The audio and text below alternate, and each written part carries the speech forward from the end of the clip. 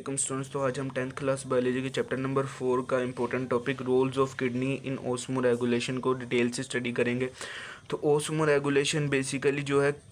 Means the control of the amount of water according to body needs, यानी कि body को जितनी पानी की नीड है उसको कंट्रोल करना और उसको रेगुलेशन करना, ये बेसिकली किडनी का फंक्शन होता है और इसको ओस्मो रेगुलेशन कहते हैं। यानी कि अगर ज़्यादा पानी भी हो जाए तो वो भी किडनी के लिए नुकसानदेह हो सकता है बॉडी में, और अगर कम भी हो तब भी नुकसान हो सकता है, किडनी स्टोन्स वगैरह बन सकते हैं। तो किडनीज जो है मेजर ऑर्गन है जो कि ओस्मो रेगुलेशन के लिए काम करते हैं, यानी कि रेगुलेशन ऑफ जो वाटर है बॉडी में उसके लिए किडनीज मेनली काम करती हैं। They control the amount of solutes in blood, यानी कि जो ब्लड में सोल्यूट्स हैं, यानी कि ब्लड जो है वो सोलवेंट है और सोल्यूट्स उसमें प्रेजेंट होते हैं जिसमें कैल्शियम, मैग्नीशियम, पोटाशियम वगैरह हो जाते हैं, तो उनकी रेगुलेशन करती हैं। So the amount of solutes in other body fluids is also controlled, यानी कि जो अदर बॉडी फ्लूइड्स हैं, प्लाज्मा वगैरह और अदर जो सब्सटेंसेस हैं बॉडी में, सोल्यूट्स हैं, बॉडी फ्लूइड्स हैं, उसमें सोल्यूट की भी कॉन्सेंट्रेशन फिर रेगुलेट की जाती है, यानी कि उसको ना ज़्यादा होने दिया जाता है, और अगर कम होता वो तो सेकंड केस है, लेकिन उनको ज़्यादा नहीं होने देती किडनी।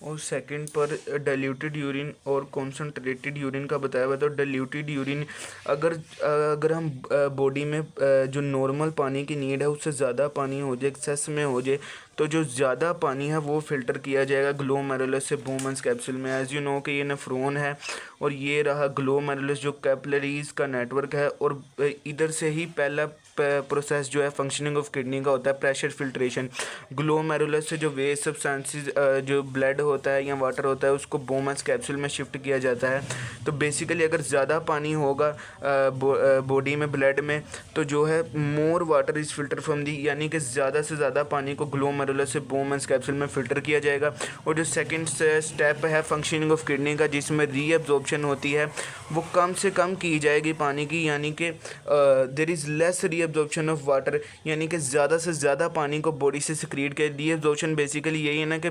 उसको दोबारा से अब्जॉर्ब करना, दोबारा से बॉडी में भेजना, तो ये कम से कम होगी क्योंकि बॉडी में तो आगे ही पानी बहुत ज़्यादा एक्सेस है, तो उसको बॉडी से निकालना है, जो कि यूरिन के थ्रू निकालते हैं। From renal tubule to capillaries, यानी कि रीअब्जॉर्प्शन यहाँ पर होती है ना, ये रीनल ट्यूब्यूल है, सेकंड पार्ट है नेफ्रॉन का, और इसमें इससे कैपिलरीज में जाता है जो है ब्लड वगैरह।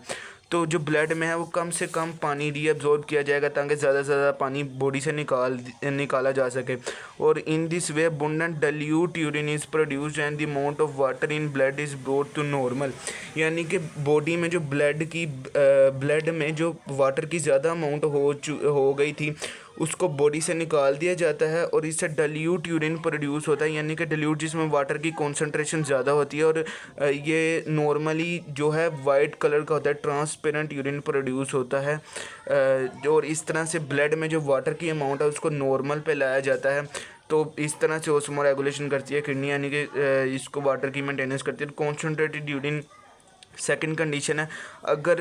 ब्लड में जो है पानी नॉर्मल से कम हो तो ये भी नुकसानदेह होता है। तो less water is filter from the glomerulus and Bowman's capsule, यानी कि ग्लोमेरुलस से जो है वो कम पानी बोमन्स कैप्सूल में फ़िल्टर किया जाता है। ये रहा ग्लोमेरुलस और ये रही बोमन्स कैप्सूल, तो इसमें कम पानी किया जाता है फ़िल्टर ताकि ज़्यादा से ज़्यादा पानी बॉडी में बचाया जा सके। और there is more reabsorption of water from renal tubule to capillaries, यानी कि जो है ज़्यादा रीअब्जॉर्प्शन की जाती है, वाटर को ज़्यादा से ज़्यादा रीअब्जॉर्ब किया जाता है बॉडी में ताकि जो